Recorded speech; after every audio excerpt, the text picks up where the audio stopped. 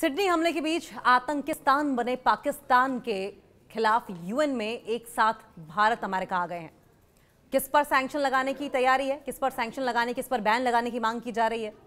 माना यह जा रहा है कि जॉइंट स्टेटमेंट में पाकिस्तान का नाम शामिल नहीं करने के पीछे अमेरिका की साउथ एशिया में रणनीतिक संतुलन बनाने की कोशिश है, साउथ एशिया में स्ट्रेटेजिक बैलेंस बनाने की कोशिश है। वॉशिंगटन में मौजूद जियोपॉलिटिकल एक्सपर्ट सुजा नवाज ने डॉन अखबार से कहा कि अमेरिका ने शायद पाकिस्तान का नाम लेने से परहेज किया है। पाकिस्तान से चलने वाले आतंकी संगठनों के खिलाफ डोनाल्ड ट्रंप प्रशासन ने भारत के साथ मिलकर बैन लगाने की मांग की है। अमेरिका और भारत ने मिलकर यूनाइटेड नेशन से अपील की है कि यूएन सिक्योरिटी काउंसिल 1267 सिस्टम के तहत 1267 सिस्टम के तहत आतंकी संगठन Islamic State, terrorist outfit, Islamic State, IS group और अल-कायदा के सहयोगियों लश्कर-ए-तैयबा, एलईटी, जैश-ए-मोहम्मद और उनके प्रॉक्सी नेटवर्क पर नए बैन लगाए, नए सैंक्शंस लगाए। एलईटी और जेएम, लश्कर-ए-तैयबा और जैश-ए-मोहम्मद दोनों को पाकिस्तान ने 2002 में बैन संगठन घोषित कर दिया था, लेकिन ये दोनों संगठन अभी भी पाकिस्तान से चल रहे हैं। कभी इन्हें डिफंक कर दिया जाता है, कभी किसी और से नाम से इन्हें आगे बढ़ाया जाता है, कभी सिस्टर और कोई आउटफिट, टेररिस्ट आउटफिट बना दिया जाता है, कभी प्रॉक्सी आउटफिट बना दिया जाता है और भारत के खिलाफ आतंकी हरकतों को अंजाम भी दिया जाता है। अमेरिका और भारत की तरफ से जिस तरीके से प्रपोज्ड सैंक्शंस लिए गए हैं, प्रपोज्ड प्रतिबंध में ग्लोबल संपत्ति फ्रीज, यात्रा प्रतिबंध, ट्रैवल बैन और हथियारों पर रोक, वेपन्स पर रोक, check and balance, America Bharat के बीच में आतंकवाद विरोधी सहयोग को और स्ट्रॉन्ग करने के संकेत देता है।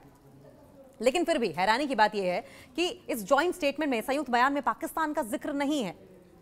संयुक्त बयान में अमेरिका और भारत के प्रतिनिधियों, अमेरिकी स्टेट डिपार्टमेंट की मोनिका जैक्सन और भारत के संयुक्त सचिव विनोद बहादे ने प्रशिक्षण, साइबर सुरक्षा, न्यायिक सहयोग, कानूनी सहायता, खुफिया जानकारी शेयर करने पर जोर दिया। उन्होंने दोनों देशों ने पहलगाम के साथ साथ दिल्ली के लाल किले पर हुए हालिया आतंकी हमलों की कड़ी निंदा भी की है और दोषियों को जवाबदेह ठहराने की बात भी कही। पाकिस्तान के खिलाफ भारत अमेरिका एक साथ आ गए हैं। अब माना यह जा रहा है कि जॉइंट स्टेटमेंट में पाकिस्तान का नाम शामिल नहीं करने के पीछे अमेरिका की दक्षिण एशिया में रणनीतिक संतुलन बनाने की कोशिश है। वॉशिंगटन में मौजूद जियोपॉलिटिकल एक्सपर्ट है सुजा नवाज। इन्होंने डॉन से कहा है कि अमेरिका ने शायद पाकिस्तान का नाम लेने से परहेज किया है। उसने इंडिया को इंडो पैसिफिक क्षेत्र में एक पार्टनर के रूप में नॉमिनेट किया है और मुझे आश्चर्य इस बात का है कि डुअल पॉलिसी, दोहरी नीति आखिर कब तक चलेगी। वहीं भारत और अमेरिका अधिकारियों ने द रेजिस्टेंस फ्रंट यानी कि टीआरएफ को अमेरिकी पदनाम का भी स्वागत किया, जिसे भारत पहलगाम हमले के पीछे मानता है, जिसे एक विदेशी आतंकवादी संगठन एफटीओ और विशेष रूप से नामित वैश्विक आतंकवादी एसडीजीटी दोनों के रूप में नामित किया जाता है। डॉन में यह कहा गया है कि अमेरिका भारत और पाकिस्तान के बीच रणनीतिक संतुलन बनाने की कोशिश करता दिखाई दिया।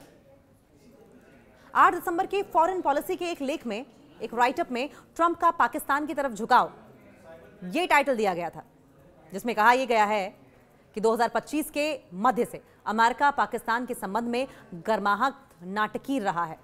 हालांकि डॉन में इस बात को लेकर आशंका जताई जा रही है कि ट्रंप प्रशासन कब तक पाकिस्तान को लेकर रणनीतिक संतुलन कायम रखेगा, कब तक रख पाता है, क्योंकि आने वाले महीनों में भारत और अमेरिका के बीच में कई अहम बैठकें होने की उम्मीद है। ट्रेड डील जल्द फाइल होने की संभावना बढ़ गई है और भारत अमेरिका संयुक्त कार्य समूह JWGCT की अगली मीटिंग ये बात परखेगी कि ये बैलेंस कितनी देर तक कायम रह सकता है।